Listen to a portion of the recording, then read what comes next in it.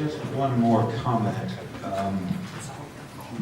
Things look tough over the next 2 or 3 years. I think we all understand that.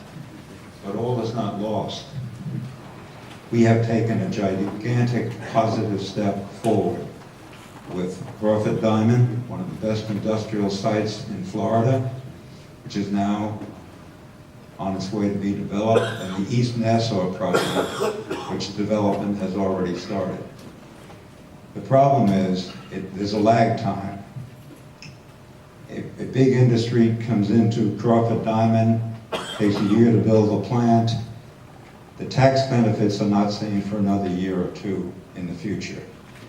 So even though the next 2 or 3 years may be difficult, steps are underway to diversify this economy with economic growth.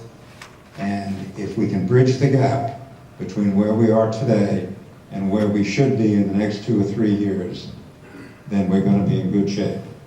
There's 25,000 acres in East Nassau are going to be developed, and there's a couple thousand acres in Crawford Diamond. So, you know, we don't want to leave you with the idea that all is lost here, because it's not.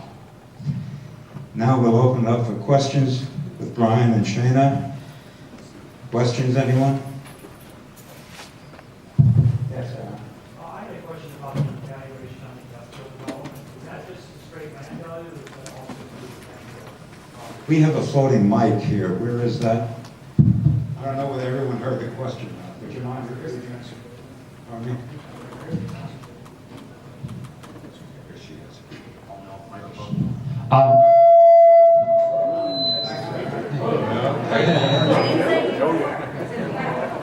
Well, anyways, my question was if the value, if that value they had for the industrial was for just the straight the building, or if it also include the tangible personal property condition.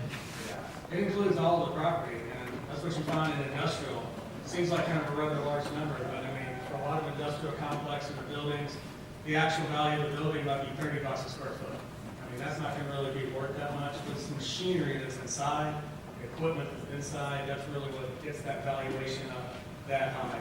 And when we look at $175 a square foot, we look around here locally, we look around the southeast, and that's a really solid number that you find. I mean, that's really, if you throw all that equipment in there, you get a very high tax valuation in industrial.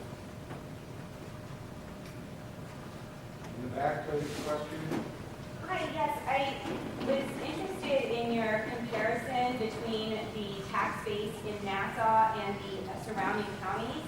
And I understand you use the immediate surrounding counties and then compared to counties of a similar size. But I noticed you didn't compare us to other coastal counties like St. John's and Flagler that have more of that kind of coastal residential feel. How did those counties compare to our tax base? We didn't look at those specifically in this analysis, but I think it's always county specific.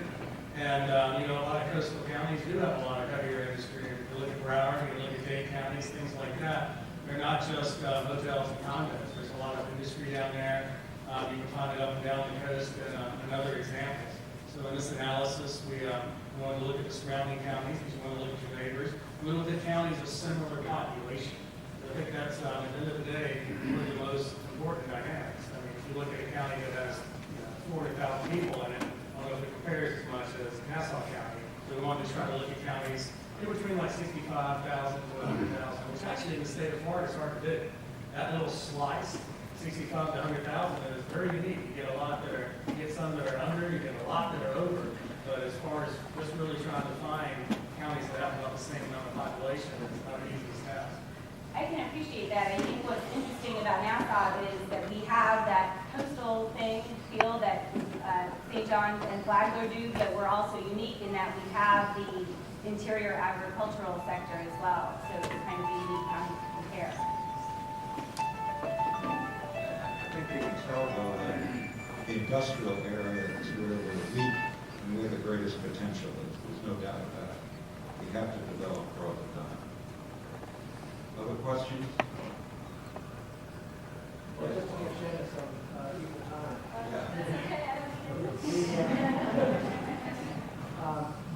Where does the county stand on the employee pension, funded or unfunded unfunded liability. That's a serious problem nationwide.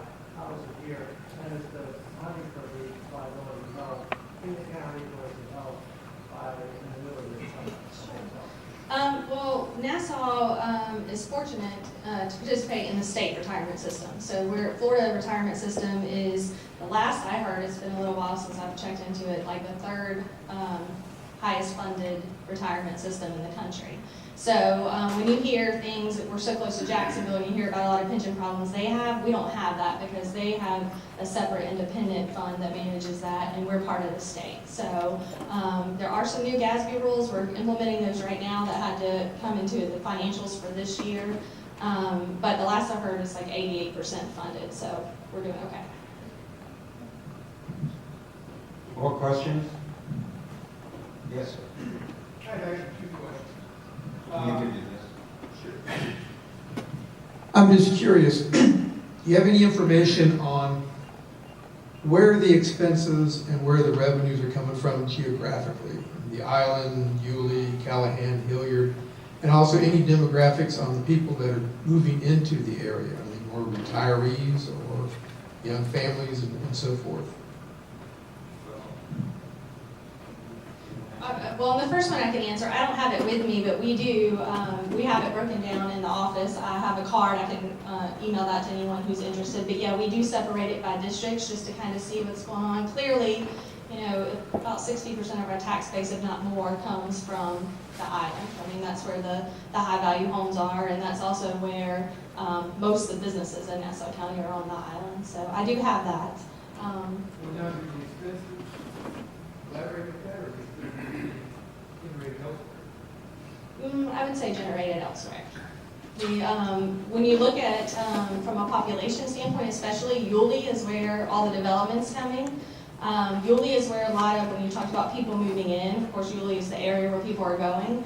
And it tends to be, and you can see this in the education system as well, and why they're building a new elementary school out here, is those families that are moving in have a lot of children. And you go to the Yulee ballpark on a Saturday morning, you almost can't find any place down the road to park, and people are just waiting all over the place. So I think that's a challenge that the county's going to have to face is how we're going to develop that. But when you look, there's a lot of services being used on the mainland. If that's what you call it. I think the island is probably the highest percentage of taxes paid income and uses a lot less services than the taxes they pay.